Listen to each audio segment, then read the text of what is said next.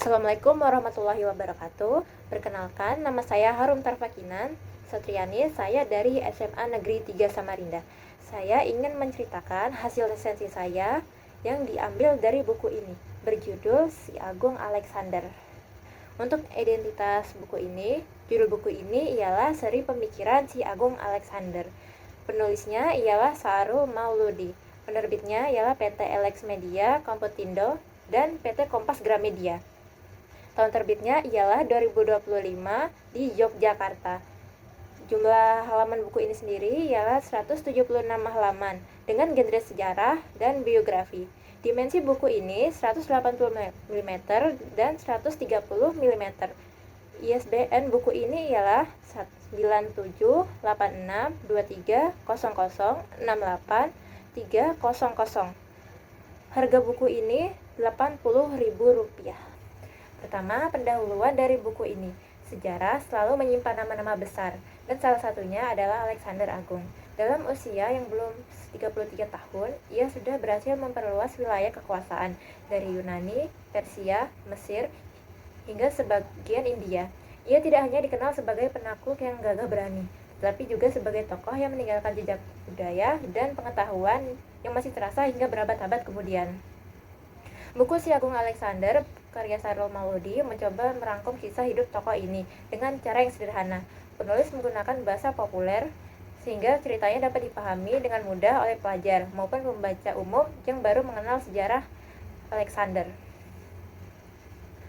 Dan untuk ringkasan buku ini sendiri, Alexander dimulai dari masa kecil Alexander di Pella, ibu kota Makedonia. Beliau adalah putra Raja Filipus II dan Ratu Olimpias. Sejak dini, ia sudah dibekali pendidikan militer yang keras, sekaligus mendapatkan bimbingan dari Aristoteles.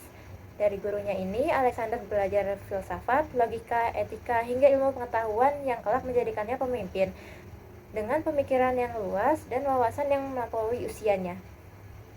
Pada usia 20 tahun, setelah ayahnya meninggal, Alexander naik tahta. Banyak pihak yang meragukan karena usianya masih sangat muda. Namun, karena ia menunjukkan ketegasannya dengan menumpas pemberontakan di Yunani dan menghancurkan Tebes, membuat seluruh kota kembali tunduk kepada Makedonia. Dari sana, ia mulai merancang ambisi besar, menaklukkan Persia. Perjalanan hidupnya berakhir cepat. Alexander meninggal di Babilonia pada usia 32 tahun. Hingga kini penyebab kematiannya masih menjadi perdebatan. Apakah karena sakit, racun, atau kelelahan? Meskipun singkat, warisan Alexander abadi, menyebarkan budaya Yunani, berdirinya kota-kota baru, dan perubahan besar dalam sejarah dunia kuno. Sekarang kita masuk ke bagian analisis buku. Kekuatan buku ini ada pada cara penulisan menyelipkan pesan-pesan inspiratif dari perjalanan Alexander. Tokoh ini digambarkan sebagai pemimpin dengan visi besar, keberanian, dan kedisiplinan yang kuat. Nilai itu tetap relevan untuk dipelajari, baik oleh pelajar, pemimpin, maupun pembaca umum. Meski begitu, buku ini fokus pada sisi positif Alexander. Dampak buruk penaklukan, strategi politik yang lebih rumit, atau konflik kerajaan hanya disinggung sekilas. Jadi, untuk pembaca yang mencari analisis sejarah yang mendalam, buku ini mungkin belum cukup memuaskan. Untuk evaluasinya, cerita yang disajikan ringan, tidak bertele-tele, dan mudah dipahami. Untuk evaluasinya, sebagai bacaan yang populer, buku ini berhasil mencapai tujuannya. Cerita yang disajikan ringan, tidak bertele-tele, dan mudah dipahami. Nilai kepemimpinan yang ditonjolkan membuat buku ini tidak hanya tentang masa lalu, tetapi juga memberi inspirasi yang relevan dengan kehidupan masa kini. Kelemahannya dari sisi sejarah. Terakhir, refleksi dan kesimpulan. Membaca Si Agung Alexander tidak hanya memberikan pengetahuan tentang berjalannya seorang raja muda, tetapi juga perjalanan hidup. Alexander menunjukkan bahwa keberanian, pendidikan, dan visi besar mampu mengubah arah sejarah. Namun, kisahnya juga mengingatkan bahwa ambisi yang berlebihan bisa berujung pada keruntuhan.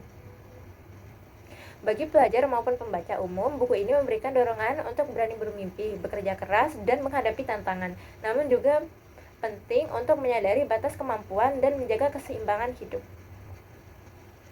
Nah, sekian video resensi dari saya. Mohon maaf jika salah kata. Assalamualaikum warahmatullahi wabarakatuh.